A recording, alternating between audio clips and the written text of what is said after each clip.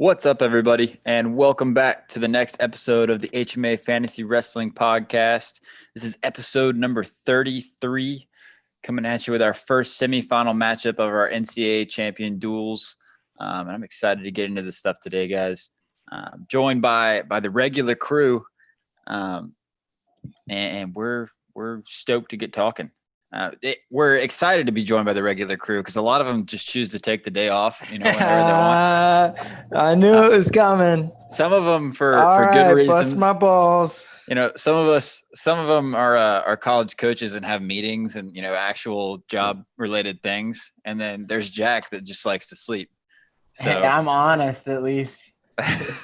That's probably lying over there. He's sleeping in too. Even if he's lying, at least there was communication. Dude, I honestly had no communicated a lot. No. Yeah. I would have been there if I knew. Yeah. Just lost track of his days, apparently. Dude, I swear I did. All right. What happens when he gets out to New York, man? You don't know what's happening. Yeah, I'm changing already. I'm just gonna be a different person soon. Yeah, the New Yorker. Earl, how you doing today? Doing great. Had a little block party in my cul-de-sac last night. A lot of fun. Kids running around, illegal fireworks, all kinds of good stuff. Earl, did you look for the ugliest T-shirt that you had to wear today? It's getting intense. He dug it out from the bottom of the freaking drawer. It's getting intense. We're getting down to the nitty gritty today. So all right. head. Okay. There's no collusion, Jacob. No collusion. No collusion. See, that's proof. Well, there might be collusion. It just might be two different people because I have a new wallpaper on my phone, Jack. I don't know if you can see can't see it, but I know what it is. There you go. Goodness. Why? Wow. These two have been scheming, huh? This is collusion. Complete coincidence, but what's the guy's name? Ross. I forget his last name. On Twitter, been coming out with all the cool singlet edits, and I've been just kind of rolling through those, putting different ones up, and he came out with a couple of USA ones yesterday, and I just love that singlet. Dude, man. Sorry, Jack. It's cool as crap. Virginia Tech has some sick gear. They do. Really cool stuff. When they go to nationals, they get Air Maxes and their own customized shoe. Yeah, dude, they get geared up for sure. It's really cool. I'll give it to them. Awesome. Well, we know where all the money in Virginia is going, I guess. Yeah. Well, did you see what who posted it? Spay posted on his Twitter, the difference between their baseball, how much schools put into baseball and how much schools put into wrestling, and they subtracted it. Virginia was second, and Virginia Tech was in the top 5. Oh, really? Yeah, it was a $3 million difference for Virginia. Really? Wow, that's a big difference. Let's go look at that. Granted, our baseball team used to be really good. They suck now. We live next to some baseball players. These dudes partied every single night. I swear. Every single night you'd hear them, doosh, doosh, doosh, doosh. You're like, wow, how are you doing this? You guys are machines. My buddy lived right next to him, and so he would go to bed with it just blaring, and he'd get so pissed. It was Jay, ILO, and he'd knock on their door every single night being like, hey, y'all got to turn the music off. It's good. I like it, but you got to stop.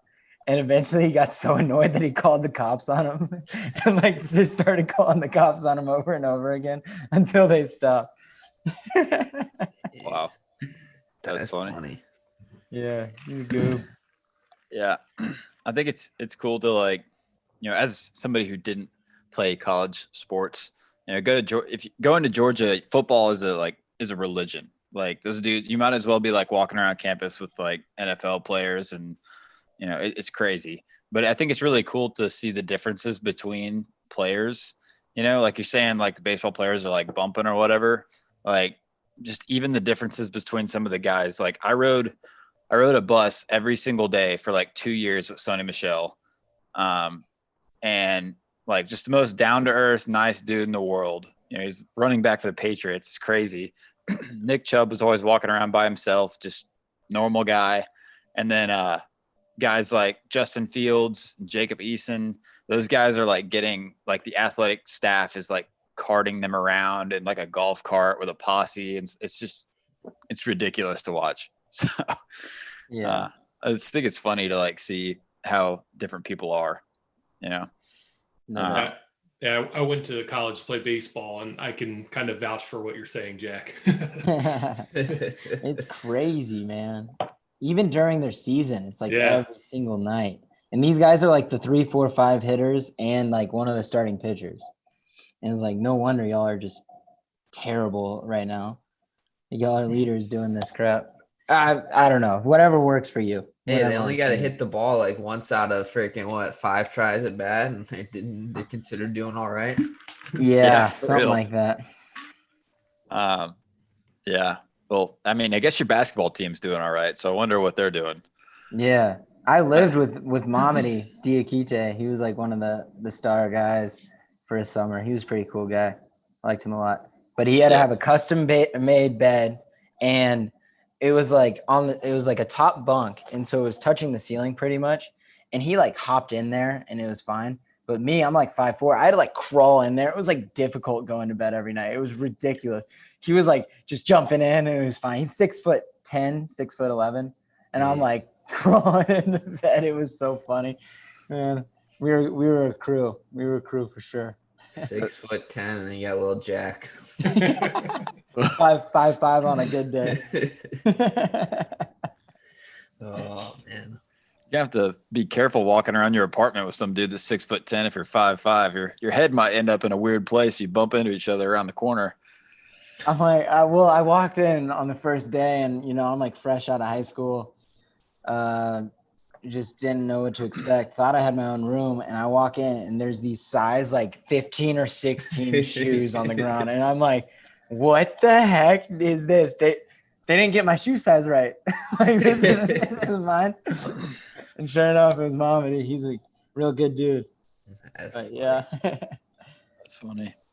So did you guys see, or we talked a little bit about Sebastian Rivera, obviously last time. What are you guys' thoughts on his move? Me and Earl kind of talked about it a little bit already. Yeah, I think everybody knew it was coming.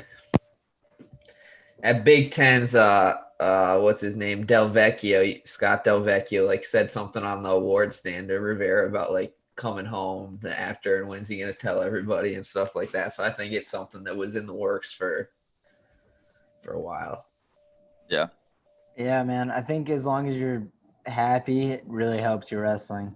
Yeah. And Whatever. he graduated, so it's like it's not that big of a deal. It's not like he's like betraying them.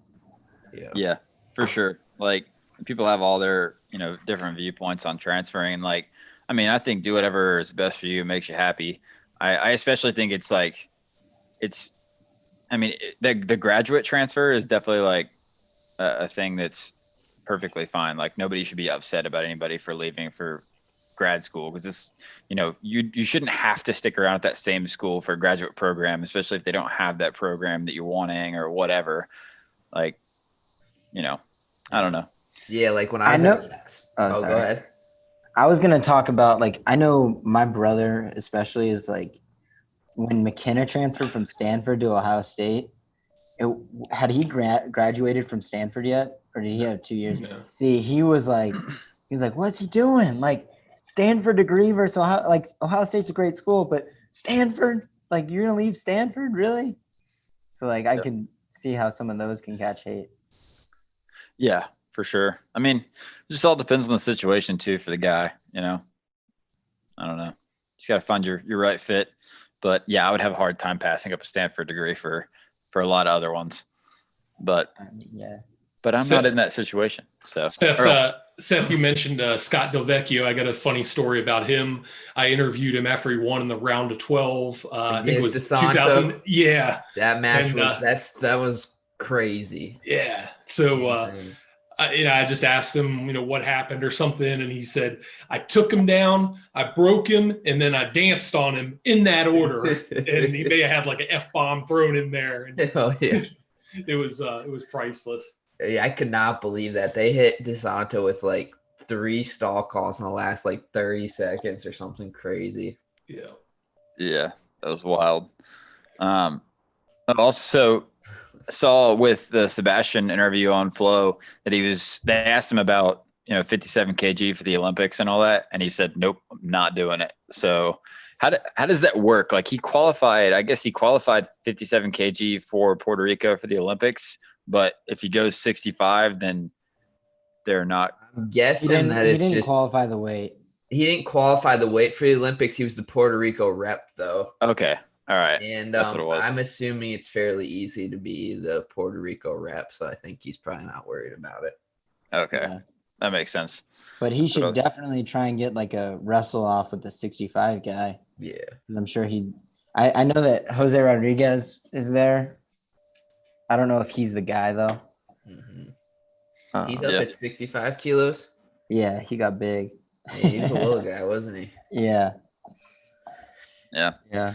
Yeah, it's interesting. So they announced that probably there's for sure a U23 and juniors, and then possibly a senior world championship in Belgrade. Is it?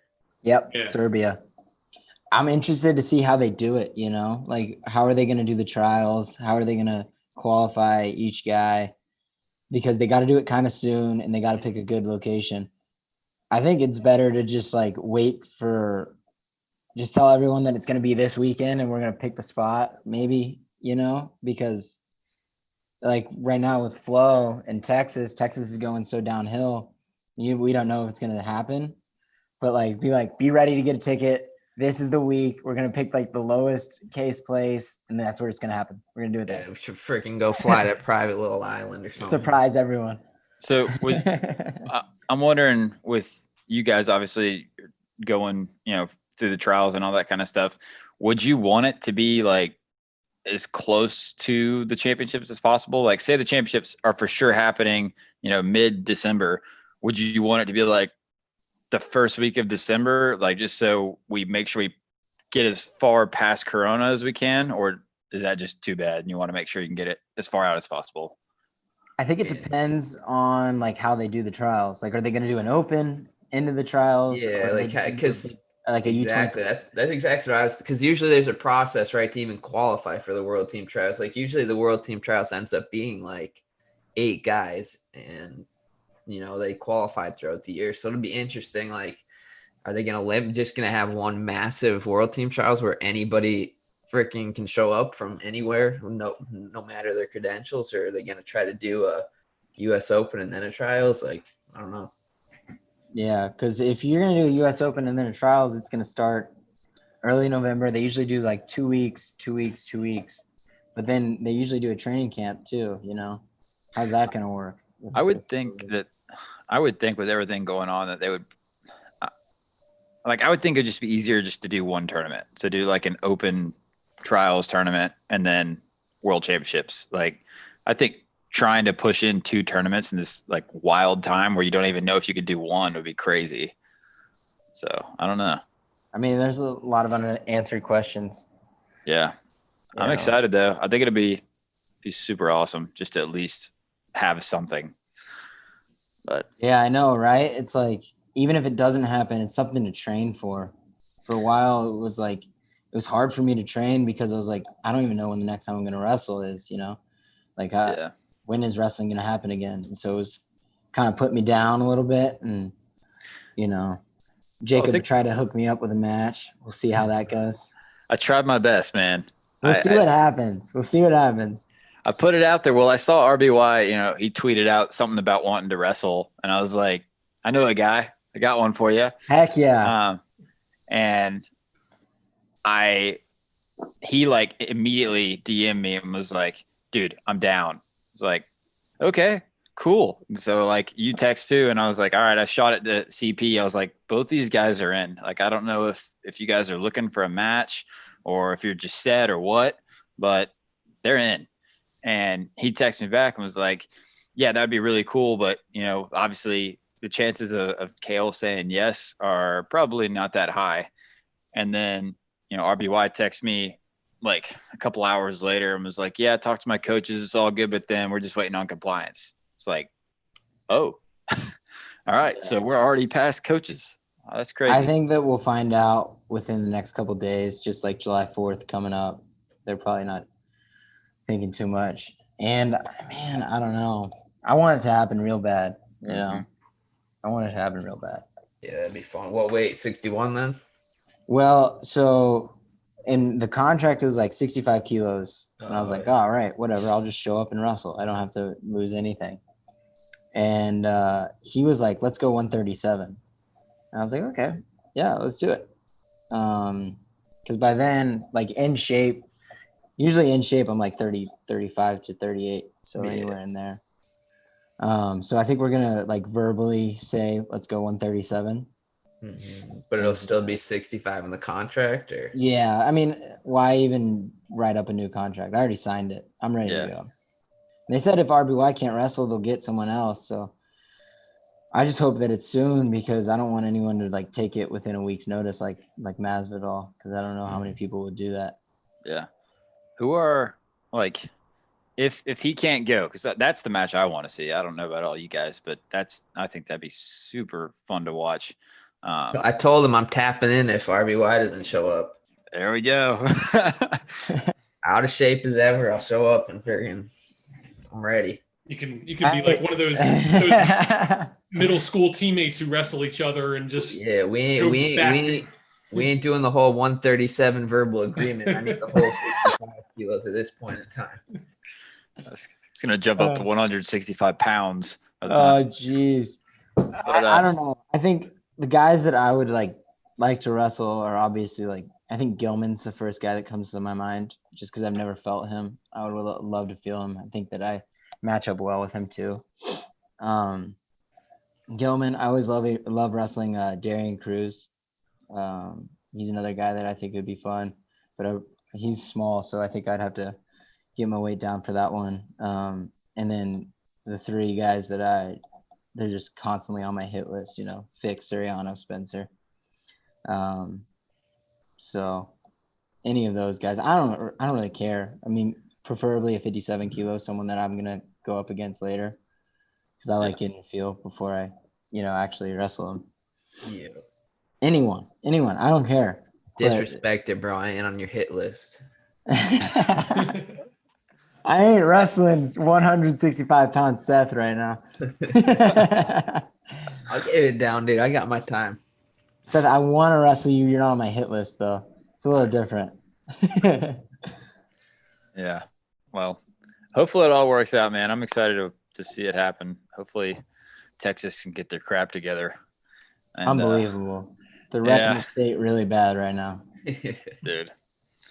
Yeah. Well, it's the same. I mean, like, I'm from Georgia, and we want to go home and see family so bad, but, like, they're just wild down there. Like, nobody cares at all. I went to a wedding down there, like, recently. No one was wearing a mask. Bars were open and full capacity. Yeah. It was crazy. Yeah. Nobody cares. Some homeless guy came up to me and barked in my face. And I was, like, terrified and shook. Like, honestly, bringing it back, my heart's starting to race because it scared the crap out of me. I was in Athens. No, you really? Some dude we were walking down the street and goes, "Bark!" I'm like, ah. Actually bark. I thought you meant like yelling. No, I'm dead serious. Got like this close to my face and I was like, oh, I didn't have COVID before, I got it now.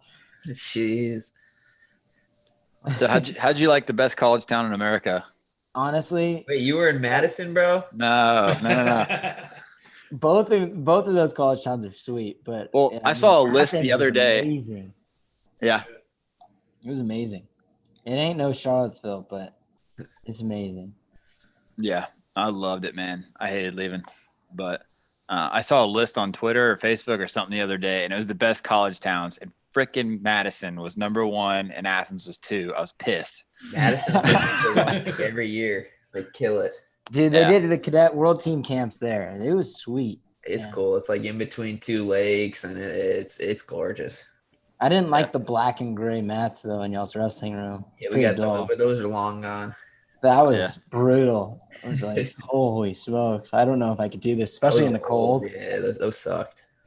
It's like snows everywhere, even on like the mats. I gotta make my way up there sometime and check it out. But it's really cool. Yeah, if you ever do, you got a place to stay, man. For sure. I'll come over there and I'll beat up on you. No problem.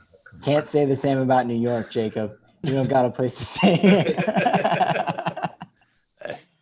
I think Jack's just scared.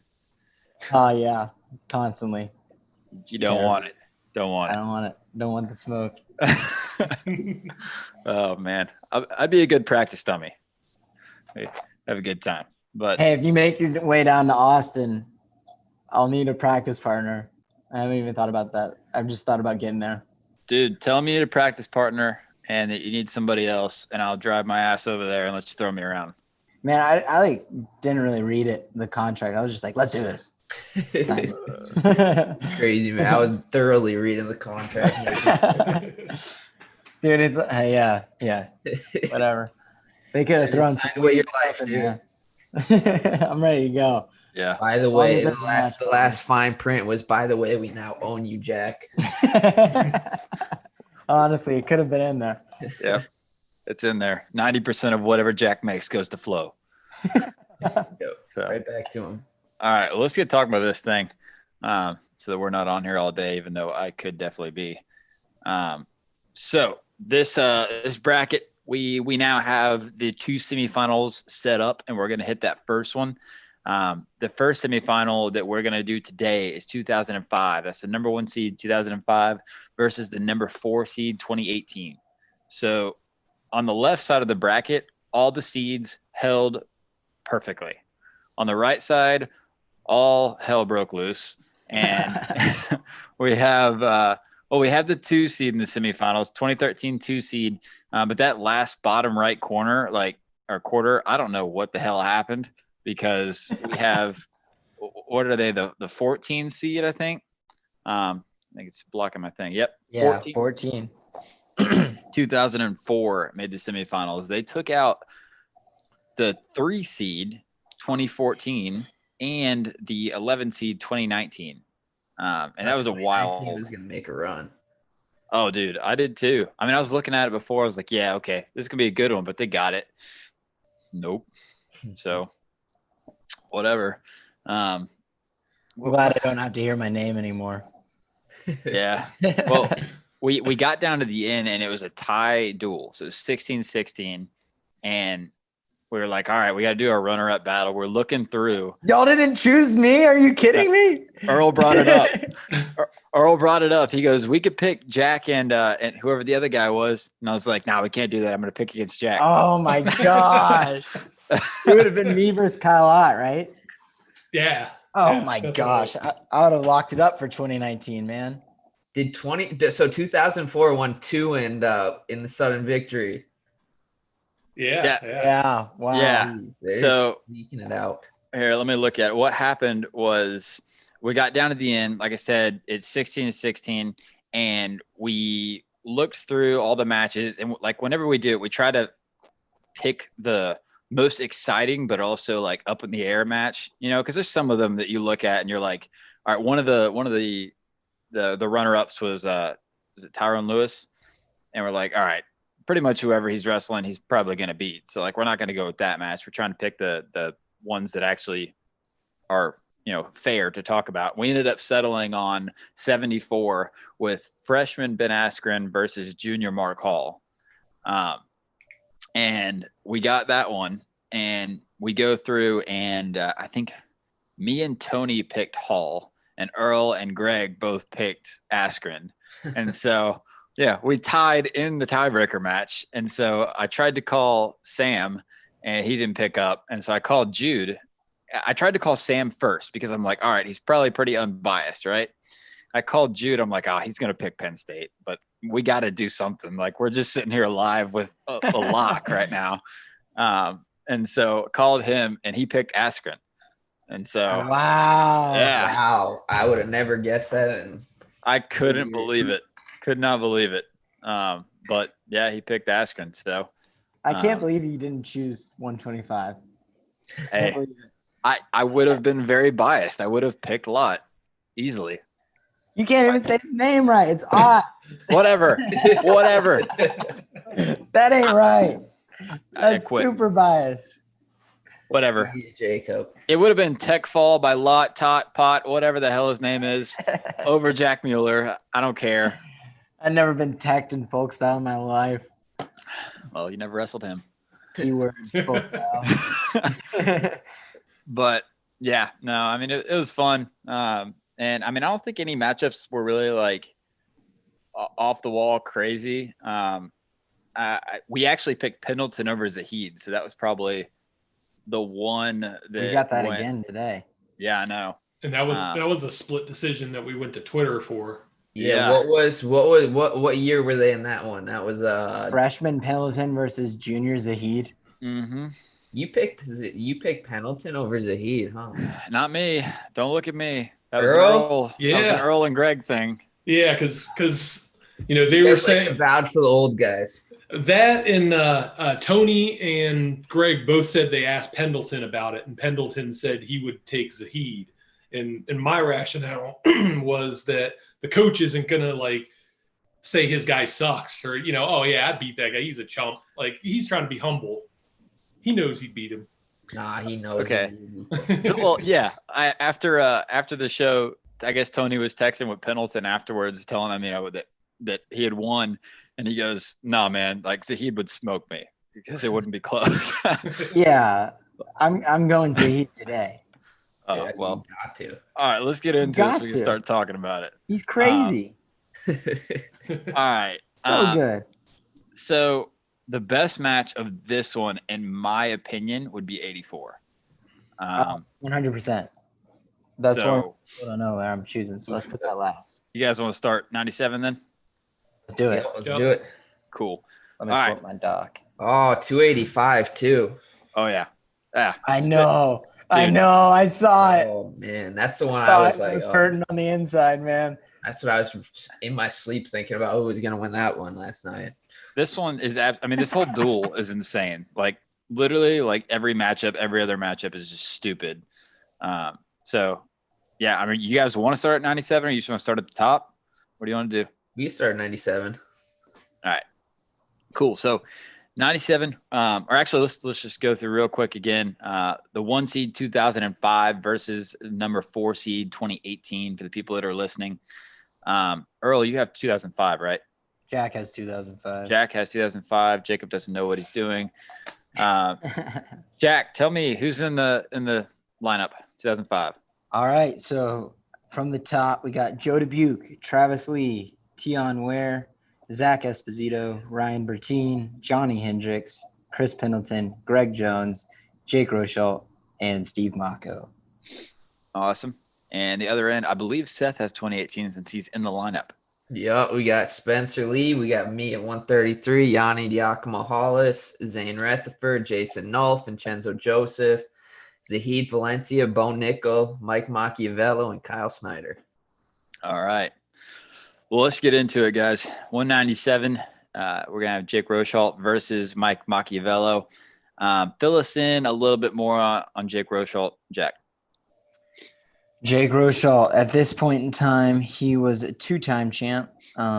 He beat Phil Davis, BJ Patton, and Sean Stinder in the finals. And John Trench was the 1 seed at this weight. So it was a tough weight class. The year before he got 3rd, and the year before that, he was the champ, beating Greg Parker, Josh Lambrecht, and Scott Barker in the finals. All right. This is Junior Rochelle. Well, you guys all like to pick against him, so we'll see how this goes. But I don't think it will happen today. Seth, Mike Mock. So we got Mike Machiavello. This is his senior year. He ended up winning this year, and he had a pretty solid tournament. He beat Rashid, was his big win in the quarters. Then he beat Cornell, who had upset Colin Moore, and then in the finals he beat Hot from Virginia Tech. So you Virginia Tech guys on here. Yeah, both of you. So yeah, Mike. Everybody knows he's a great dude. Had an awesome run, and he was one of the guys I was super fired up when he won it that year. Yeah, for sure. Man, I don't know. Let's kick it. Earl, what do you got? Yeah, I think one of you guys alluded to it. Jake Rochelle kind of doesn't get a lot of respect despite being a 3-time champion. I think I've picked against him at least once here already in the tournament. I'm going to have to go with him. I think generally that weight was kind of deeper in those days. And, he just got it done at the big show 3 times. So go with Rochalt decision. Yeah, I'm in on Rochalt as well. Yeah, Rochalt was a winner. Like Earl said, he's a winner. So I'm gonna go Rochalt. Was Rochalt kind of like a Quentin Wright before Quentin Wright just showed up at the tournament? No, I mean he was seeded second this year, and then in 2003 he was seeded. Let me pull it up. 2003 he was seeded 10th. You know what? But he got a major in the finals. I mean, this was his freshman year, of course, and he was at 184 one year. He won it. Who are some big wins for Rochalt? Well, this year I said Phil Davis, BJ Patton, and Sean Stender. And then the year that he won it, his freshman year, he beat Josh Lambrecht and Greg Parker from Princeton. Those were his 2 big wins. And then he beat the 4 seed Scott Barker in the finals. He dominated his way through it. So he had a close match in the first round. And then after that, it was a 5-point win, a pin, a 7-point win over Lambrecht, and then a major in the finals. So he picked up a lot of steam. So for Mike Mock, obviously this is the year that Colin Moore got upset, right? This is the year he got thrown on his head by Kyle Cannell. So he would have hit Machiavello in the semifinals, but I don't know if people forget, Mike Mock actually beat Colin Moore that year in the duel. And so, if they would have hit in the semifinals, who's to say that it would have went the other way anyway? So he had a win over Colin Moore. I think is a pretty good win. Had wins over Jack's roommate, JILO. You guys said all the guys. Him. Yeah, I did. I didn't want to say it. It was like one of the biggest bloodbaths I've ever seen. Jay honestly sucked his first 2 years. Out of nowhere, he got really good. Yeah. Just was the hardest working guy in the room, and it paid off. It was really cool to see. But yeah, no, he got teched. It was ugly. It was really ugly. I was trying to not say that, but if you want to throw your own friend under the bus, then go for it. He says it was the worst experience of his life. He'll say that. Went over Eric Schultz. You guys said Jared Haught, obviously in the final. Shakur Rashid. So he had some pretty good wins too. But I think you got to go 2-time champ Jake Rushholt. So that's where my vote's leaning. Yep. Right. Who else? That's it. We all went Rochalt. All right. So we are all on Rochalt. And we'll keep going. Next matchup is going to be absolutely stupid to talk about. I have no idea which way I'm going. So we have Steve Mocco, 2005 versus 2018 Kyle Snyder. Somebody, please, God, start this off and try to figure out where we're going. Seth, start us off with Kyle Snyder.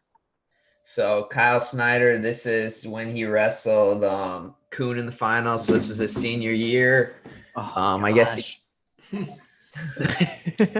I guess he did some okay things. He won an Olympic title along the way in college. He won a couple world championships. Beat Kuhn, beat Gwizdowski, beat anybody that was put in front of him besides Kyvan Gatson out here. But so he had a great college career and was winning on the freestyle circuit the whole time. Yeah. And on the other side, Jack. Steve Mocco, this was his second national championship, beating Cole Conrad in the finals. And then he was the champ in 2003, beating Kevin Hoy of Air Force in the finals when he wrestled for Iowa. I mean, he was a pinning machine, extremely dominant, especially this year. I mean, this was prime Mocco versus prime Snyder. So I don't know. I mean, I feel like it's got to be Snyder, and I'm a huge Mocco fan, and it hurts so bad to say it, it's a dagger to my heart, man, but it's Snyder. All right, Earl, what you got? You shook your head a little. I don't know if you agree.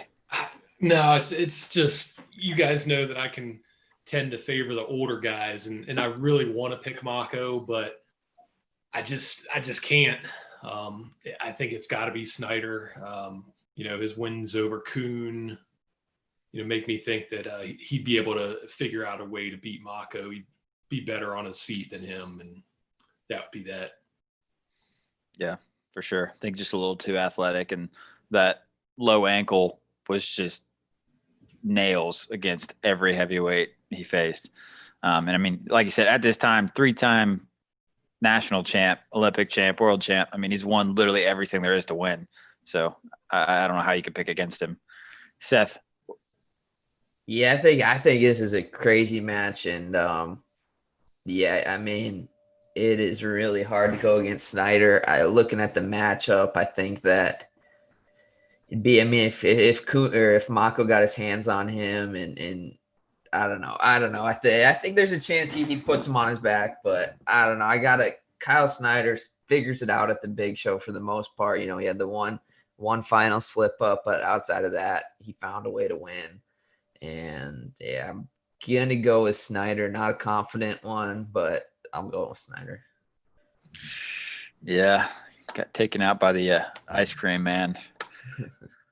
But all right, Kyle Snyder moves on, and we have 2 decision victories for our guys through the first 2 weights.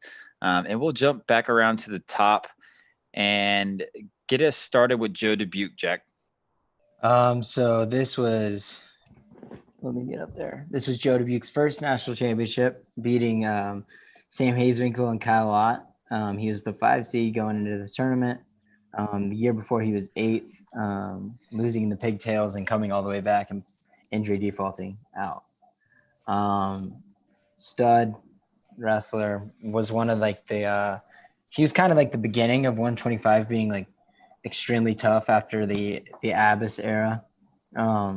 Really started it off really strong. And then obviously he had a little bit of a dynasty, won in the next year, but yeah, Joe Dubuque. All right, Spencer Lee. Seth. Yeah, so we got Spencer Lee as a freshman. Yeah, he was redshirting most of the year. He got second at Midlands. They pulled his red shirt, and he started knocking off some guys. Did really well. Lost to Tomasello. Goes into nationals, the 3 seed, and goes on an unbelievable run. He goes tech fall against Piccinini, fall against Tomasello, and then wins 5-1 against Nick Suriano in the finals. So he had one of the best freshman runs at the NCAA tournament that probably seen in a long time. Yeah, for sure. Man, this one's actually tougher than I thought it was going to be. What do you think, Earl? Oh man. Joe was something else his senior year. You know, he kind of faced that freshman phenom that year with Troy Nickerson in the finals and was able to kind of slow him down and pretty much dominate that match. Nickerson wasn't quite Spencer Lee. So, man, I guess at the time of Spencer Lee's tournament, you have to go Spencer's way, but I'm not 100% confident on that one. Yeah, for sure. Jack, what do you think? I got Spencer. I think that he's just too dominant, especially that run in this tournament, especially, you know, he showed up in March, and I mean, the only decision he got was Suriano, and that was still pretty dominant. It's hard to score a lot of points on that guy. So I'll give the nod to Spencer. Yeah. Seth. Yep, I'm on board with Spencer. I think it's a good match, but he had an unbelievable run, and his top game is, I think, what separates him a lot of things. He's going to find a way to ride you if he doesn't get some back points, and I think that in close big matches, that's going to be a big difference maker. Yeah, for sure. Yeah, I'm going to go Spencer as well, and this, I think, is probably the first time we've been doing this entire thing that I've said Spencer, and I'm not going bonus points, or at least throwing it out there. Definitely think it's a good match, and would love to see this one. This is junior Dubuque, right? Junior Dubuque. Yeah. So I think that, like Earl said, senior Dubuque was when he hit Nickerson, right? Yeah, I was wrong on that. Yep. Yeah, no, I was just making sure because I think that those, like, that's a significant. I don't want to say like a significant jump for Dubuque because obviously won a national title in his junior year, but I think that he was just so damn good that last year, and especially that match with Nickerson. I mean, he handled Nickerson, and Nickerson was really good. Obviously, he got top 4, every one of the top 4 places in his career. And I think it's a different conversation. Maybe not a different winner, but I think it's definitely a lot closer with Senior Dubuque. He was just so damn good that year, man. But yeah, I got Spencer, and we'll keep moving. So the 2018 squad has taken a 6-3 lead as we hit 133 pounds, and we're going to talk about Travis Lee of Cornell versus our guy Seth Gross. We always let Seth go last. So, Jack, start us off. Travis Lee. Yeah, so this was Travis Lee's senior year. He was a 4-time All-American, 7th in 2002, and then champ in 2003, beating Chris Flieger in the finals. He was 5th in 2004 as the 1 seed, getting upset by the eventual national champ Zach Roberson in the semis, and then got upset again by Johnny Thompson in the next round. He was the champ in 05, beating Tom Klum and Sean Bunch in the finals. All right. Seth, who the heck's this dude? This is Seth Gross, South Dakota State kid. So sophomore year, runner-up, beat Eric Montoya, Cade Brock. I don't remember who else right now, who was 27. But anyways, 2018 is the year that I won. I beat Mitch McKee in the round of 16 by major, beat Montoya Bridges 7-3, overtime match with Tariq Wilson, and then 13-8 in the finals over Steven Mitchick. And then the 2 years I was at 133, I was 80-something and 2 or 70-something and 2 and like 80% bonus point rate. And then lost that year to Bryce Meredith when I bumped up. So I was my 1 loss on the year. Seth, I have to point something out. Are you seriously looking at the stats on your phone about yourself? Maybe. Or he's sitting here, like, for people who aren't watching, are sitting here looking, and Seth is like looking down at his phone. Yeah, I won this match over this guy. Come on, it's better that he's looking at it than have all these stats memorized. That's 80% bonus rate and 70 and 2. That's true. I had the wrestle stats profile up. Okay. It's not as much it's not the like bonus points that are getting me. It's the people he wrestled. Come on, man. You remember that? Dude, I can't remember my 2017 when I lost in the finals who I wrestled. Actually, now I do. I wrestled Joey Palmer in the round of 16. Then I wrestled Eric Montoya. Then I wrestled Cade Brock, and then I lost to Clark. Mm-hmm. Man. Well, all right. So let's kick this thing off. I mean, I don't know. I don't know too much about Travis Lee. I mean, I was only able to find a little bit of stuff to watch on him. That's the only thing that sucks about going back this far is like some of these guys, you can definitely find some good matches to watch. And some of them there's like, you have to really dig and you might find like a half a match. For some reason, that was the thing, like part 1 and part 2 of one match. But yeah, I mean, somebody else start me off here because I like to pick against Seth. I'm going to piss Seth off. Oh, you are, Jack? I'm going Travis Lee. That's messed up. I'm going me by Tech. No. I'm picking myself, though. Just Jack, give us your reasoning. You can't just like backstab. Well, I'm the one dude without the Virginia Tech shirt on. Come on, Jack. Garland has a lot of stories about this guy, and just some of the stuff I've heard is pretty insane. I don't know. Whenever I wrestle, I don't know. He's always talked about Travis Lee this, Travis Lee that. He seems like a super athletic, super tough guy. I haven't watched a ton of him, but I mean, Travis Lee is like who you were shooting for in the Virginia room. So he's always kind of been put on a pedestal from Garland. Sorry, Seth. Well, I'd like to point out that Seth might not be on your hit list, but you sure are on his now. Calling Flo right after this, dude. Dude, let's do it. I'll pull him up right now. FaceTime, CP. That would be awesome. You got to let me and Earl sit in the corner for both you guys. We'll flip a coin and see who we get. I'm definitely not flipping a coin. I'm asking for Earl right away. Jacob's gonna try to screw you over the whole match. even with the Virginia Tech shirt on. Jacob's gonna be in your corner arguing against you. That wasn't 2. No way. Or the challenge brick. I'm gonna argue every damn call. Jacob's gonna like try and get on the mat and start attacking one of us. I'm going to bring counterfeit bricks in my bag, and I'm just gonna start throwing bricks every single time you score any points. It's gonna be awesome. But yeah, so I mean, I've picked against him before. There's not many people I'm picking against Seth. So Nashon Garrett might be on an island by himself right now. I'm picking Seth. Earl, what you got? See, you're trying to put the heat on me. You're trying to put the heat on me. Trying to put you in a box. No, I'm not. I'm picking my buddy right here. All right. I believe he would win. And also there's an added bonus of pissing Jack off and putting you in a corner. So. It's not going to piss me off if Seth wins. Huh? I'm a good guy, man. That's my friend. Good guy. That'd be messed up. So I'm going to go a little non sequitur right here.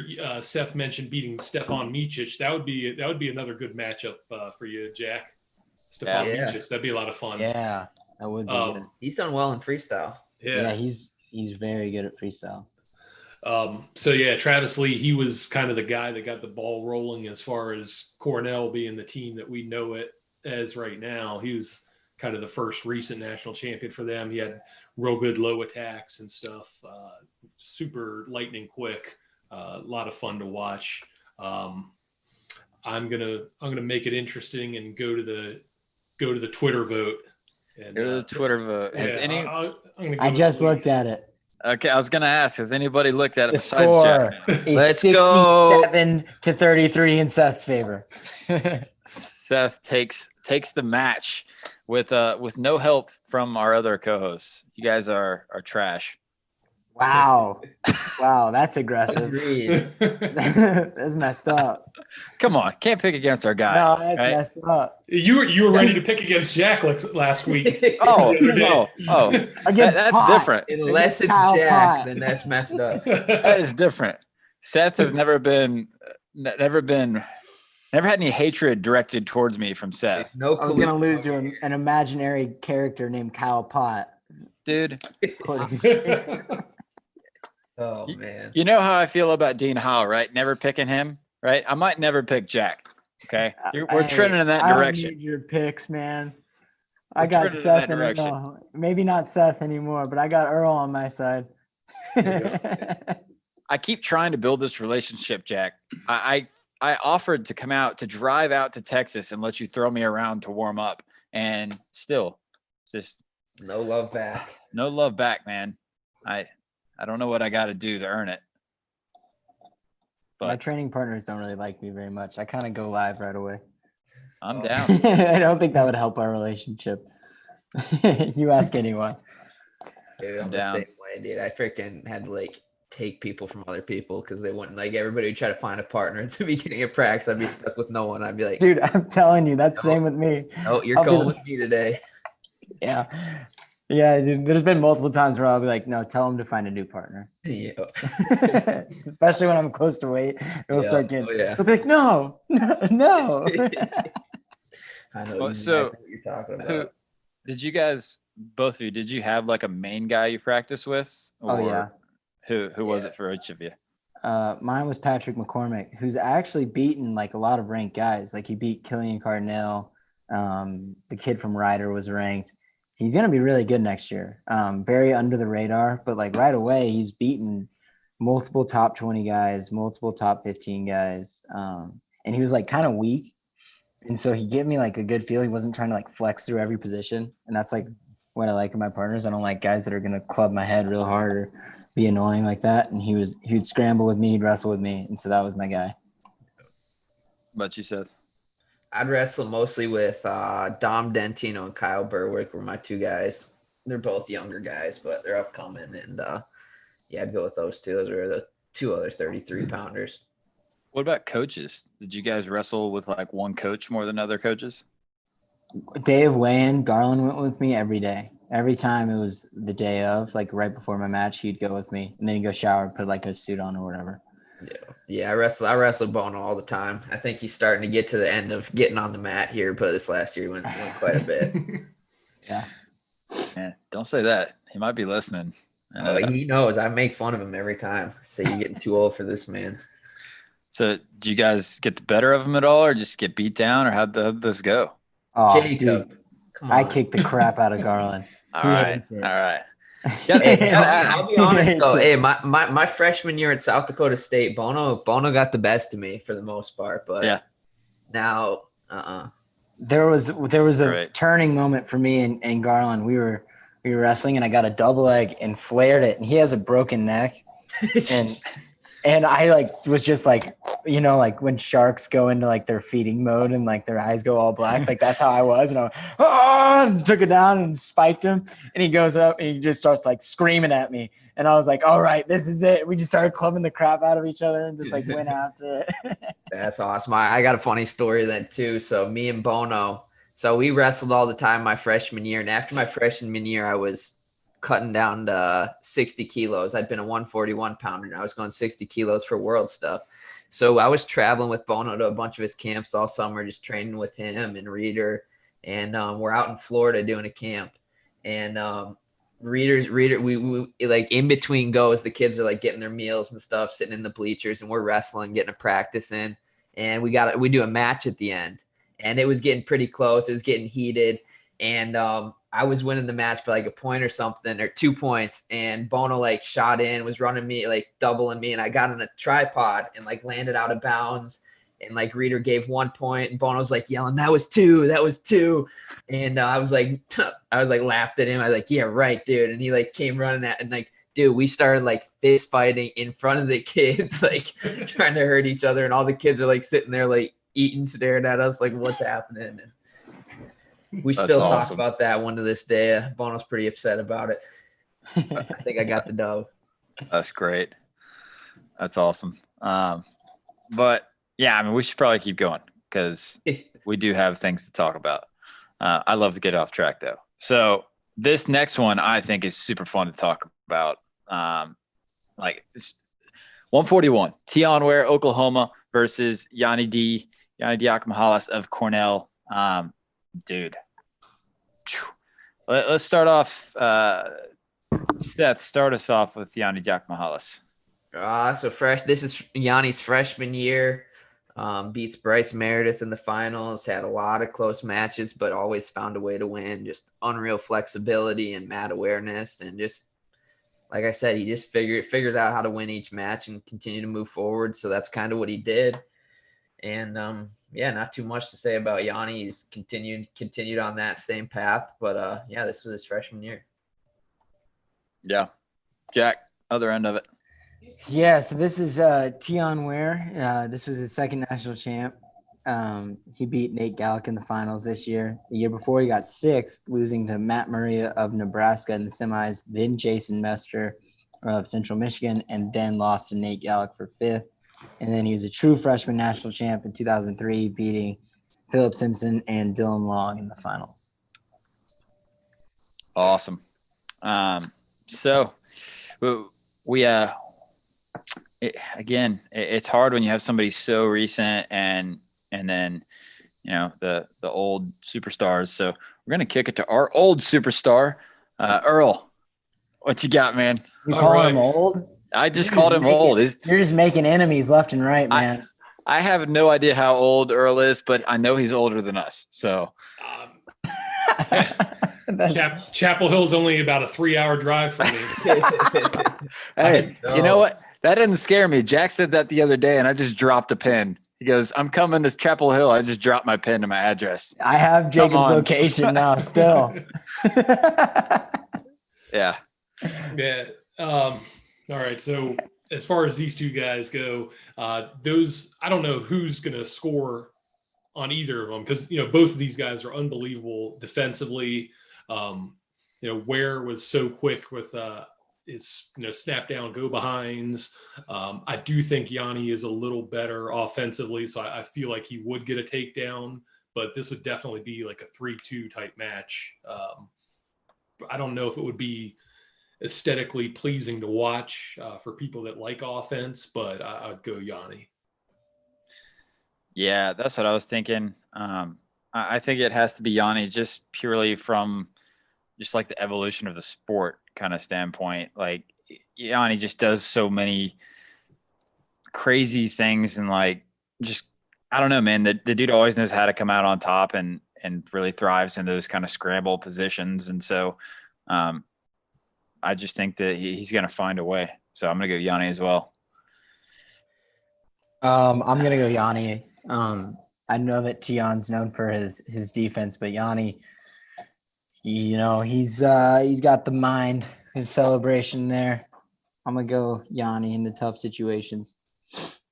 Wow, I'm going where in this one. I just think that Yanni had so many close matches that year. He squeaks it out against Dean Heil. He squeaks it out in overtime against Ironman. He squeaks it out against Bryce Meredith. I think Ware's a step up from a lot of those guys. And I know that that's just the way Yanni wrestles. He finds a way to win close matches. But I don't know. I think freshman year, Yanni, I think you talk about his next year, start leaning the other way. But I think freshman year, I'd go with against Ware. I'd go with Ware. I still like freshman Yanni more than sophomore Yanni. He was beatable that year, though. He lost a match. He squeaked him out. And yeah, I think this was the start. I think this is the tournament where he started gaining a little more confidence and starting to be that guy. But I think Ware was already had a name for himself. He knew who he was. And I don't know. Yeah, I can agree with that. Hold up. We talked about this last time when you guys weren't here, though. We've been like kind of all talking about how good Yanni was as a freshman. And like, obviously he was really good, right? And he ran through some really tough guys and, he won a national title on a torn ACL. But we've just been kind of like pushing sophomore Yanni aside for some reason. And we forget dude was undefeated, first of all, throughout the whole year, right? Didn't lose a single match. Not only that, he in the national tournament, I looked at his route to the national finals. We talk about how like Marinelli had a crazy route as the 1 seed, right? Well, Yanni, nobody did this dude any favors because this is obviously freshman Yanni we're talking about, but sophomore Yanni, Pete Lapari first round, and then Chad Redd, Dom Demas, Ironman, McKenna. So literally all Americans throughout the entire tournament except for the very first round with Lapari. So I just had to point that out because we've all kind of like had a consensus that freshman Yanni might have been better, but I don't know, man. Like, I don't know. I still think freshman Yanni. Like I do think that route's tough, but I don't know. I just think that he was more like there was no doubt with freshman Yanni. Like even during the match, like in the match with McKenna, I was like, holy crap, he's gonna lose. Yeah. Which year? You talking which year? I'm thinking 2019 with the match with McKenna. I was like, holy crap, he's gonna lose in the finals. I thought he was gonna lose to Meredith too until I didn't think he was gonna lose. I really thought the whole time he was gonna win. Even when there's 30 seconds left, he's up by a point, and Bryce just needed to back up for 30 seconds. Yeah, dude. I think Yanni was getting. He probably could have found out a way to win, but I think Bryce kind of threw that one. Found a way to lose, almost. Yeah. Well, I'm still super proud. Like I said, me and my dad, every year when we go, we always pick brackets. And it's kind of like, I do fantasy, obviously, but like just our own thing. Me and my dad pick a bracket and kind of go, and we have a trophy, we compete against each other. Just kind of like it's fun to beat up on dad. But this year I picked Yanni to win the whole thing. And I was super excited that he actually did it. Cause this was kind of like, he hadn't, I guess he had wrestled he had wrestled Meredith, and he'd wrestled Ironman, but I don't know. I don't know if he was like necessarily like the clear favorite in this tournament. He was a 4 seed. He was a 3 seed. 3 seed. And I went through Dean. Well, I think it was Meredith 1, Ironman 2, McKenna was 4, Yanni was 3. You had Heil in there. I think that he definitely I don't even think he was favored to make the finals. So I had to toot my own horn. I picked him to win, and he did it. Damn it! So everything that Yanni wins in his career is because I picked him to win. Just letting you know that. That's where it started. Just like this match. It is. Yeah, Yanni. So we all picked Yanni, right? Yeah. Yep. Cool. So Yanni D, moving on. And we have not had any bonus point decision or bonus point wins yet. But Yanni takes the win for 2018, and we'll keep moving. 149. So before we jump into this match real quick, I have to pose a question to you guys because me and Sam and Jude were all arguing about this. So if Zane, prime Zane, best Lugo wrestle, tell me what the outcome is. Zane and At least Lugo? a major. Okay. I At agree. least. All of y'all? Major, yeah. Absolutely. Thank you, God. I saw Because- Jude's tweet and I was like, what's he Oh thinking? my God. And then I saw freaking Iowa Twitter, who I can personally say is the most annoying Twitter fan base. Okay. They So were like, oh man, Lugo's got a shot. Lugo's got a shot. They're like multiple overtime wins over Sorensen. I was like, also multiple bonus point victories over Sorensen. Like, don't forget about that. yeah. It was one overtime win in Carver when Zane didn't look himself. He pinned him in 2 minutes. Like the other time, man, at least bonus. Yeah. So if Sam and Jude are listening, then you guys are both wrong. Because Sam Which I even know they're not. dude. Sam doesn't listen to it. I know that for a fact. Yeah. He doesn't Well- support his own show. Oh, I know. But well, Jude, like we were texting and Jude ended up like later saying that he just posed it, for fun, and like he agrees that Rutherford would win bonus points, blah, blah, blah. I think he just switched sides because he cracked under pressure. But Sam like stood by it, was like, nope, Lugo wouldn't get majored. Like, dude. I will say Lugo looked awesome though in Chicago. Oh, He was absolutely. really freaking good. Just taking zero away from him. But like I even put in there, I was like, I think this is kind of a stretch, but I'm almost willing to say that freshman Zane pushes for a bonus. I mean, freshman Zane beat Stieber, right? So I think pretty much any version of Zane would get major there. I don't know.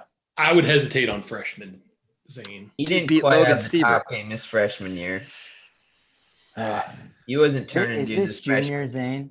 2018? 2018 senior. junior.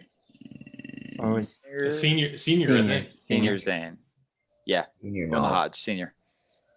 I think it's just even any other. I don't think freshman against Prime.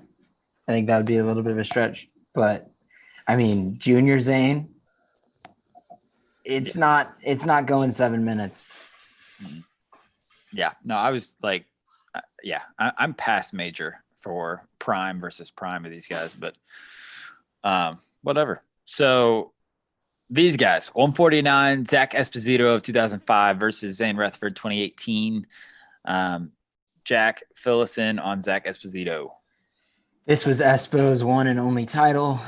He beat Eric Tannenbaum and Philip Simpson. The year before, he was second, losing to Jesse Jansen from Harvard in the finals.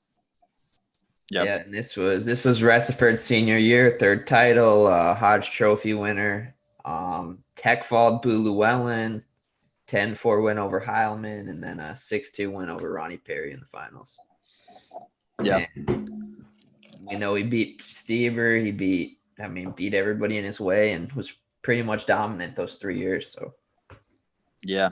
I don't see any way in the world this is anybody except for Zane. Yeah, I'm offering a major because I like the Jesse Jansen Zane comparison because Jesse Jansen was really good on top. That's what he was known for, and Zane is probably one of the best top wrestlers we've ever seen. I'd love to look at that too, because I'd hope that I'd be in the top 20 there, top 25. But I'm going Zane major. All right. on that. We should look into something like that. I don't know how far back stats can go, but like, what do you think qualifies you as being the best of all time? Do we go by like total near fall or like Bonus points? Yeah, bonus point. I was talking about who has seasons with the most tech falls? Because I'm up there. I think you got to look at are you turning? I think you got to look at the matchup specifically and see if they're turning top guys in the country. True. So that's what I was thinking is specifically on top, right? Yeah. I think a good way to do take any All-Americans they wrestled, any maybe top 10 or 15, and see how they did top wise against those guys. Yeah. Because it's hard because you got guys that wrestle weaker schedules in tech. You got. I feel like this is shade being thrown at me. You throwing shade? I'm not talking about at all. I'm saying there's some there was some random dudes on the tech fall leaderboard that I'd never heard of. Agreed. Yeah. He had 18 techs. And I was like, who is this dude? Yeah. I don't know. So I think there's obviously got to be some criteria for qualifying matches and things like that. But I think that'd be cool to do. Hey, you can be on your high horse all you want, but those guys win fantasy championships for guys like me. So I definitely had those dudes. My pick, to be honest. Yeah. But yeah, so I mean this match, yeah, I'm cool with Zane by major decision. What about you, Seth? Yep, that's what I said. Yep. Cool. Earl? Yeah, and just the way Espo wrestled, he wasn't a guy that necessarily would be content to lose a 1-point match. He was trying inside trips, and he'd try throws and stuff like that. So I could see him being down, 4 or 5 points, trying something big and getting put on his back. So yeah, I'm comfortable with the major. Yeah. And I don't know if you guys know or not, but I post, we post this kind of stuff, on obviously our social medias and on Facebook. I'm in 10 different wrestling groups, and I post them in all of them. Just dang, you're sick. Yeah. Just, whatever. I mean, yeah. But weird just brag. It's not a brag. Let me finish my damn statement. All right. And so I post them on all there just to get people's feedback and stuff. And I don't ever comment on them just because it honestly blows up all day with people putting stuff. And I still didn't, but I was so close to the other day because some dude when I put this up there, he went through and put all the wins, and he said 149 goes to the older team. He didn't even say Esposito, but he obviously picked Esposito. And I was like, you just skate over that, my man? He put all the names of everybody else, and he goes 149 older team. And I was like, bro, you just okay. All right. First of all, no. Second of all, you didn't even he was trying to hide that he picked Esposito over Zane. But yeah, if you're listening, you know who you are. So, all right. Yeah, we all got Zane. Major decision here, and we'll keep rolling, man. Dude, this is a bloodbath. This isn't good. It's not looking any better, too. Yeah, it's starting to turn for the worst. 2005. I think matchup-wise, I think it's bad matchup for 2005, just the way the matches line up. This isn't looking good for 2005. I agree. We're about to see the 1 seed go down possibly, unless they get some bonus points, which they could, but I'm not seeing too much of it. 157. Huh? Do you really think they could? No chance. I'll start. I'm trying to keep it interesting. But yeah, I don't know about that. I'll start. So Ryan Bertine, this was his senior season, 4-time All-American. He was this is his second national championship, beating Brian Stith in the quarters, Trent Paulson in the semis, and Joe Johnston in the finals.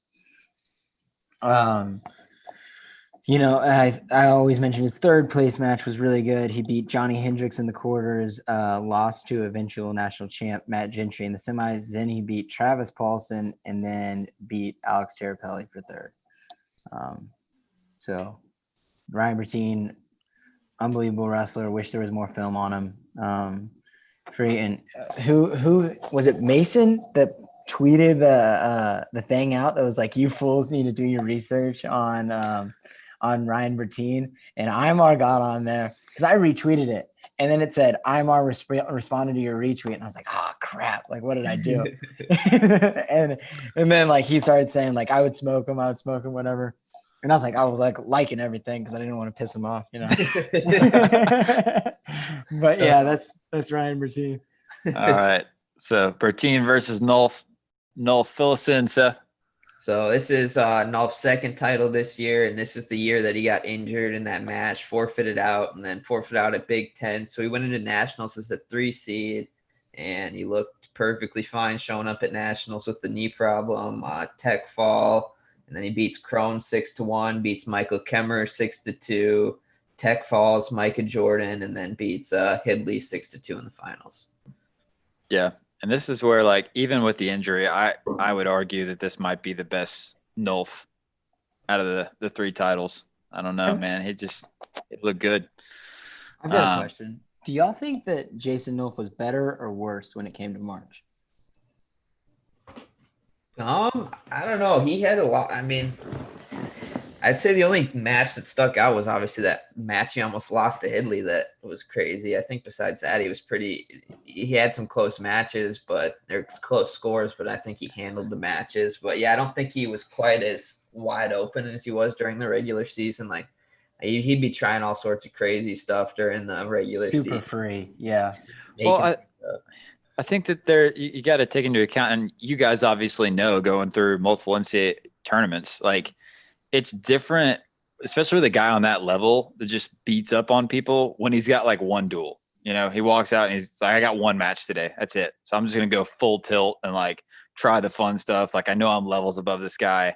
I can do whatever I want versus, you know, I'm going to wrestle this match and then I've got 2 more today and I've got 2 tomorrow. And like, yeah. I don't know. I mean, I think it depends. I think it's more of a you're more cautious at the NCAA tournament. I think that was a bigger thing because honestly, I think I perform better at tournaments. Like the longer they go on, the better I feel, the more dominant I get versus.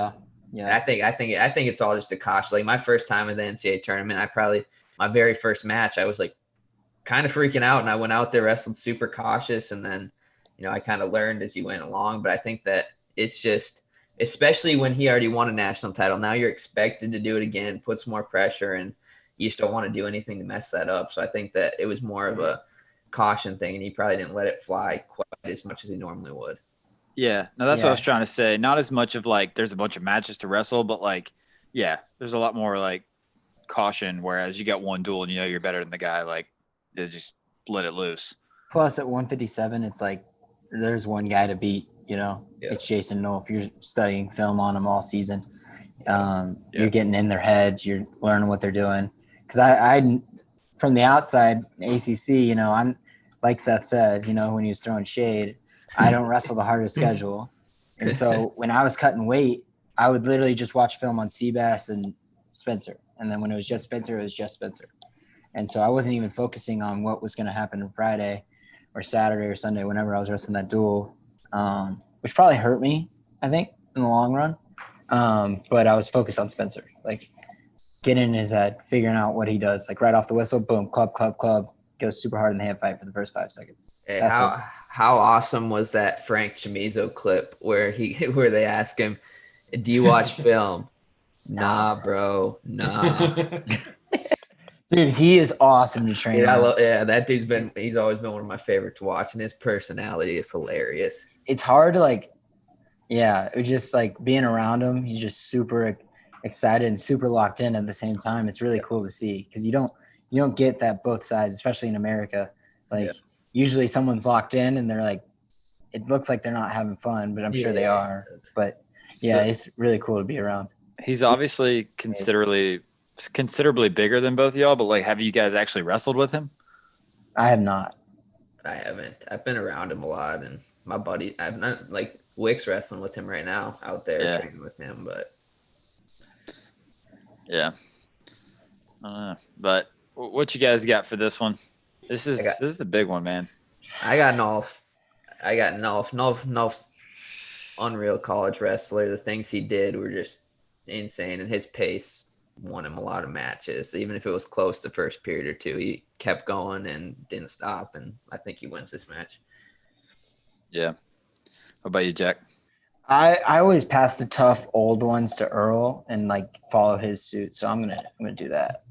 Yeah. And I've had these text conversations with Mason about some of these old guys, and Ryan Bertine. We talked about that.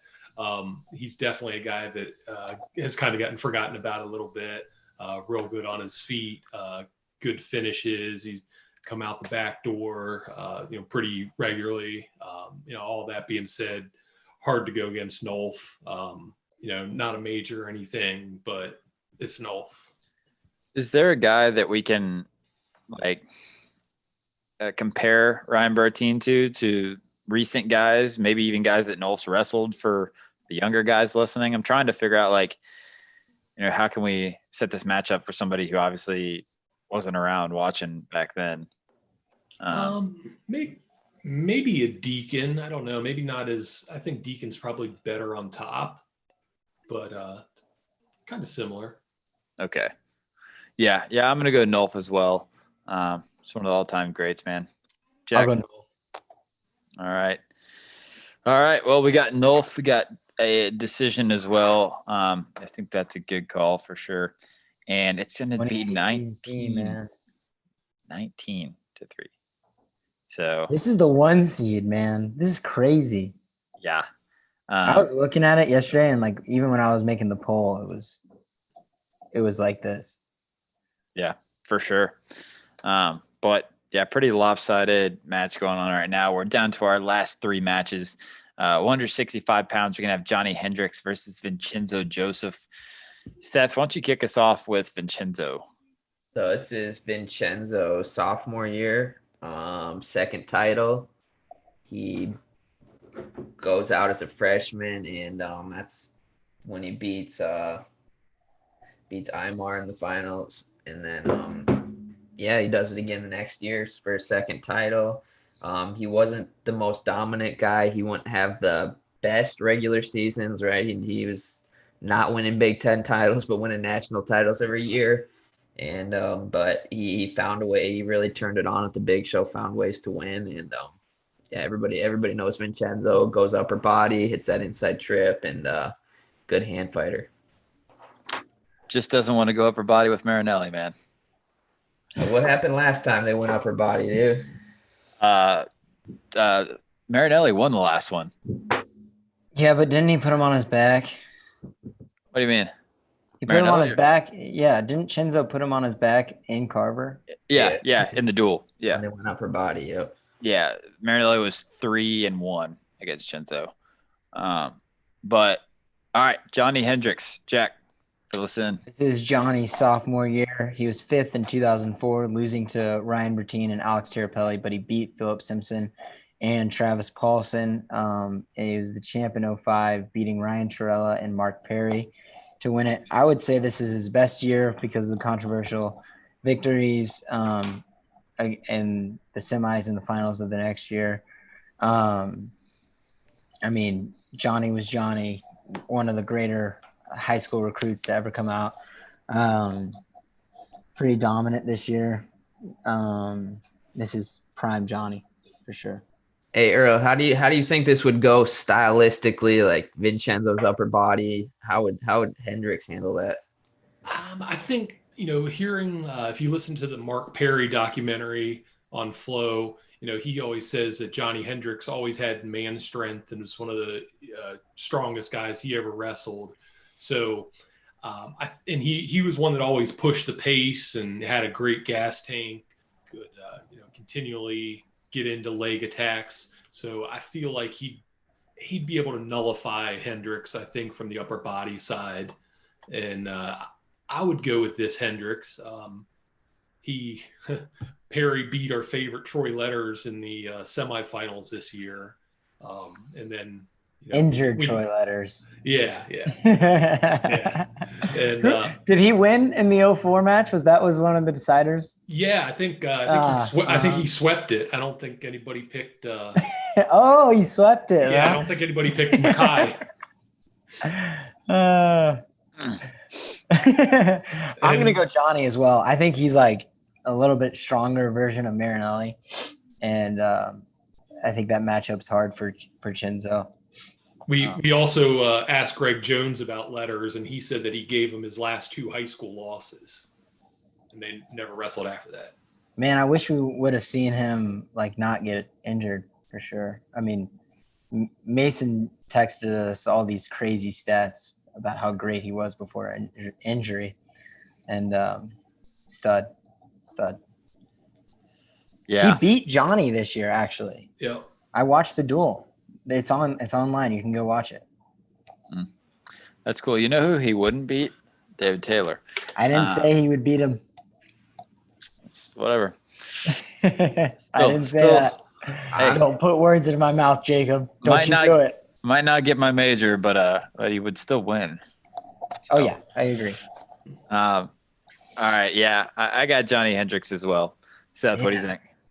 I got Vincenzo, man. This dude wrestled a lot of close matches, but the bigger the match, the more this dude showed up. Obviously, Mackay was one that, one of the outliers there. But besides that, when this dude needed to win, he won. And I don't know. I just think that he's just so hard to score, and his hips are unreal. I just don't see a way he's getting taken down. And he's so comfortable winning those close matches consistently. So I got Vincenzo this match, but all right, Earl. I'm good with Johnny. Yeah. All right. Well, it was going to be Johnny either way. Even if you had picked Vincenzo, the Twitter poll is 50.6% Johnny. Wow. So it would have won by that slim of a margin. But Johnny Hendricks takes the win. And we'll keep moving. 174 pounds, where we talked about this one actually last duel. And we're going to get to talk about it again. Fortunately, we have our two no-shows from last duel that are actually here today to talk about this. They would have talked a little sense into you guys. Yeah, dude. What are y'all doing? Do not group me in. Do not group me in. Jacob, wrestling integrity is at stake. Do not group me in because I picked Zahid. So, my God, don't put me in that. What was y'all's reasoning? Don't ask me. Ask Earl. Ask the wise one down there. What was your reasoning? My reasoning was Pendleton saying that Zahid would beat him. I feel like he's too humble. No, dude, they go trash talking back and forth on Twitter, dude. He just knows. Oh man, he kicked Askren's butt all the time. Okay, young Askren. Yeah, that is true. And this is completely freaking different. He's more of a hand fighter, slick, scored and just take you down a million times, versus Askren was putting himself in a lot of positions that Pendleton knew how to handle. I got Zahid. I mean, I haven't even talked about him, but Zahid, real quick, he lost to Mark Hall his freshman year in the finals, and then I think his run then just his year that next year was unbelievable. At the NCAA tournament, he gets a major decision against Brucky. He pins Bernstein in 38 seconds. Close match with Amine, and then he beats Mark Hall 8-2. I don't think Mark's ever been beat 8-2 ever, so I think that was just crazy impressive. And he was going after him, and he didn't need to get more takedowns, and he went and got more. So I think this is one of the best versions of Zahid, and I got Zahid in this match. Yeah, Jack, other end, Pendleton. Senior Pendleton, 3-time All-American. He was third in 03 as the 2 seed, getting upset by Brad Dillon in the quarters, but then he beat eventual national champ Shane Webster on the way. Champ in 2004, beating freshman funky Ben Askren by the margin of 11-4, and then he was the champ in 2005, beating Ben Askren 10-5. So dominant wins over Askren. I mean, in the Askren documentary, though, it was like the style matchups were really bad. Like he talks about it. And who else? Do you have who else he beat in any of those national championships? Yeah, I usually just put their like notable wins. So I'll look at this one real quick. Yeah. He beat Joe Mazurko in the semis. Jake Herbert was seeded 4th. Pete Fredell was seeded 3rd.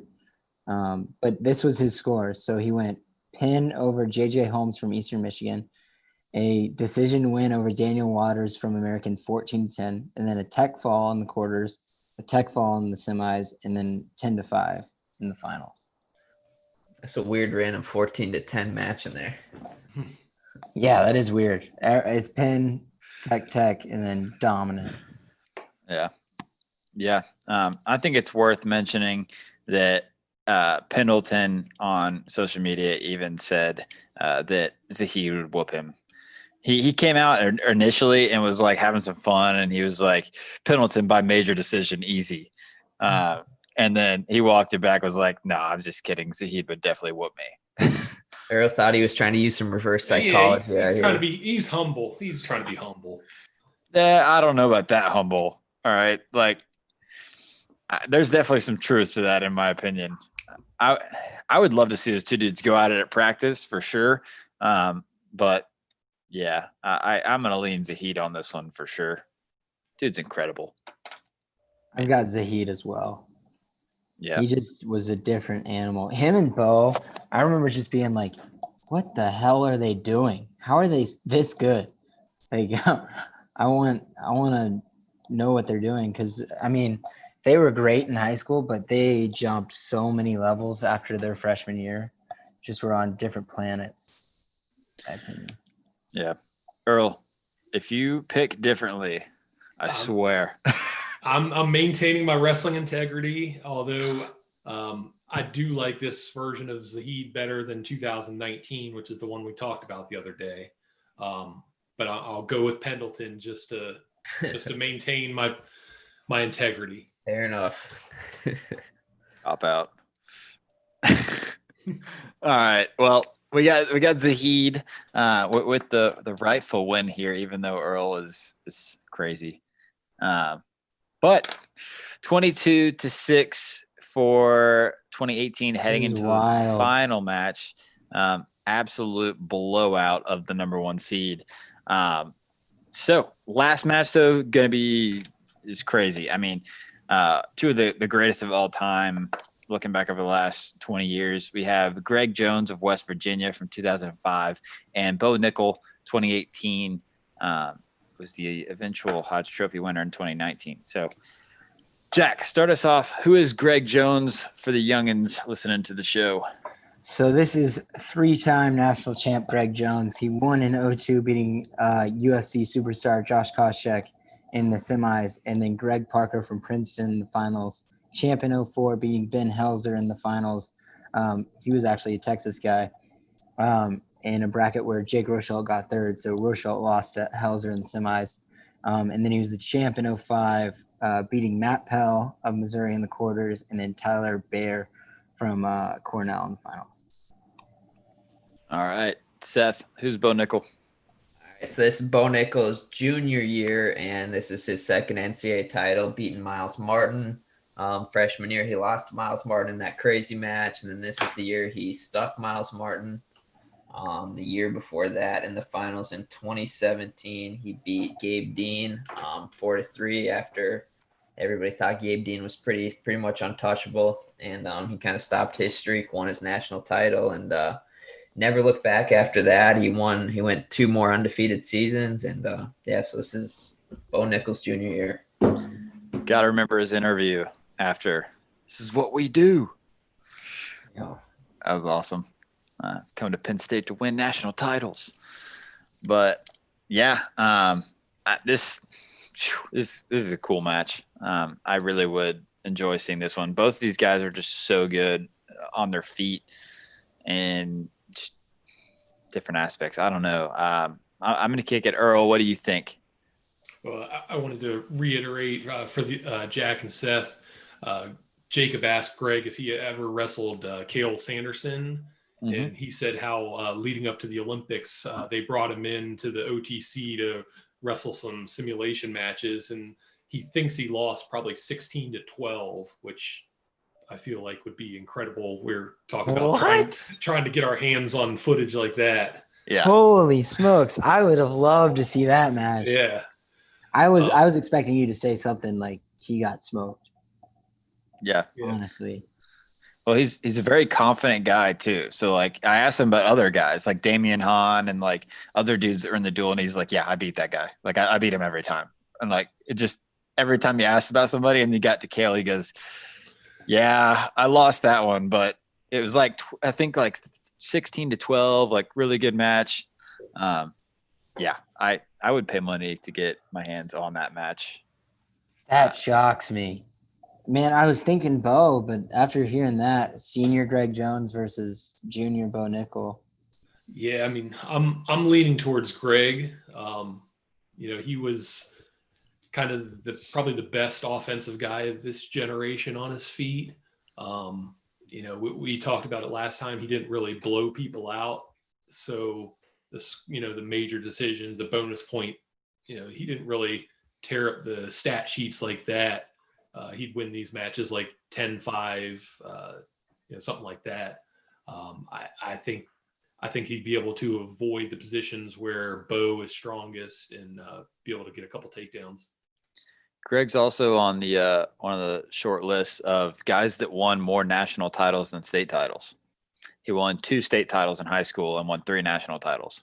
So did y'all happen to ask or know why he only has 3? Like was he in the NCAA tournament another year? Yeah, he went I think 2-2 in the 2003 tournament. Sophomore year, I'm pretty sure. Yeah, sophomore year. Interesting. 2003. Yeah, let's look at it. I did a podcast with him some years back, and he just said that there's like a lot of pressure, mounting, and he would beat these guys that were ranked 12th in the nation by like 4 or 5 points, and kind of beat himself up for not dominating them, and it just kind of mounted. And he told me a story about getting to the tournament the day before, and just not feeling it and not being able to find a bathroom, and just letting all these little things just kind of build up to him. And he ended up going 2-2. And I think it was Rashad Evans, a UFC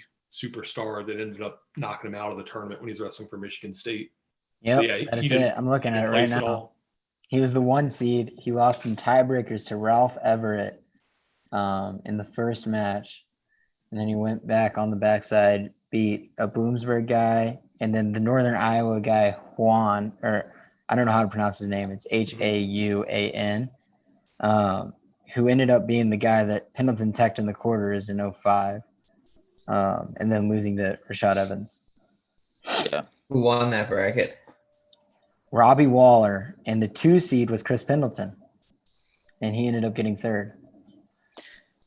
Yeah, Robbie Waller beat Carl Fraunhofer in the finals. That that definitely sucks. That he wasn't able to get the 4. But like you're saying, like I think something hanging over you that much and like all that stress building up, like it's almost like obviously it sucks that he didn't get to get 4, but I think that losing kind of took all that pressure off of him, and he was able to just wrestle for those last 2 years. As someone that had a sophomore slump as well, I think that like I was working so hard my freshman year, and like by the end of it, and I didn't get what I wanted, I was like, holy crap, how am I going to keep this up for 4 years? And so I started relaxing a little bit more and not working like as hard as I was.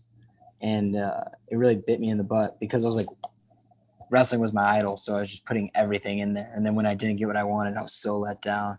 I was just like, F it, And then I reevaluated, and that's when I got a lot better. Absolutely. Yeah. So who's going to make the first call here? Because I ain't doing it. I got Greg.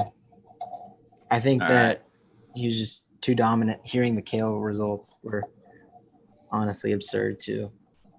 I really want to know how the nickel Kale matches go. Obviously that's a different time period, right? Kale's probably still, incredible, probably still doesn't lose to anybody, right? But I think it definitely, I don't know. I mean, who knows? I think that I'm just thinking that the Greg Jones versus Kale match is probably a different. Yeah. All right. That would have been awesome. I almost ate crap in my chair. But yeah, I literally just bought new chairs because I broke my other one. So I almost just broke this one. That's great. But yeah, I don't know. what do you guys think? Like, I just think Kale was probably on a different level. And so even if, I don't know, depending on how the Bo Nickel matches are going now, I still think that Kale was probably better that was wrestling Greg. I'm going to go Greg as well. I'm interested to hear how a Nickel Kale match goes now, though. That's my whole point. I don't know. I don't know now, but I have heard from, early like Taylor Ruth days that Kale and Casey Cunningham would just kind of wreck shop on those guys and like make jokes about where they're going to eat for dinner as they're like pinning them, But that is awesome. That's hilarious. Yeah. But yeah, I got Greg and Jack's got Greg. Seth, what do you got? Earl's got Greg. I can't even make a decision on this one, man. I'm like at the point where I just got to flip a coin, but I'll go. I'll just go with Greg then too. I'm jumping on board. I gotta yell at Twitter though, because Twitter has 72% Bo Nickel. Like that is the most recency bias vote I think I've seen. Because I'm not saying that it's wrong for Bo to have the Twitter vote, but like it shouldn't be this lopsided. That's insane. Yeah. And Greg's not from like one of these Penn State, Oklahoma State, Iowa that has a huge fan base. It's gonna flood the picks. Yeah. For sure. No doubt. But Greg takes the win, and fortunately gets 2005 another win.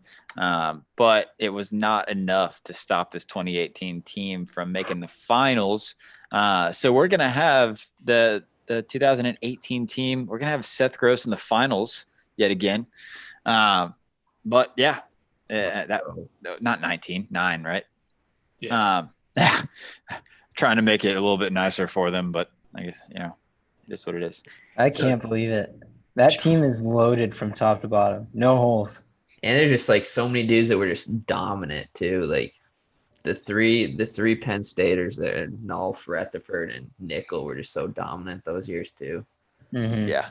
And then you got the two freshman phenoms and Spencer and Yanni. Dude, it's and an Olympic champ down there bringing up the end. Yeah. About that guy. Quite a beat down. I'm gonna take a picture of it real quick for the folks on social media to get mad about or happy or whatever they want to do. But yeah, that exciting duel, guys. I'm happy that we got to do it and happy that we got a recent team in the finals no matter what. But the other one's going to be super fun as well. And we're going to be doing that one on Thursday morning. It is going to be the number 2 seed 2013 versus the number 14 seed 2004. Got guys on the 2004 team like Troy Letters, Pendleton, Greg Jones, Damian Hahn, Tommy Rollins, Jesse Jansen, a lot of just studly dudes on this team.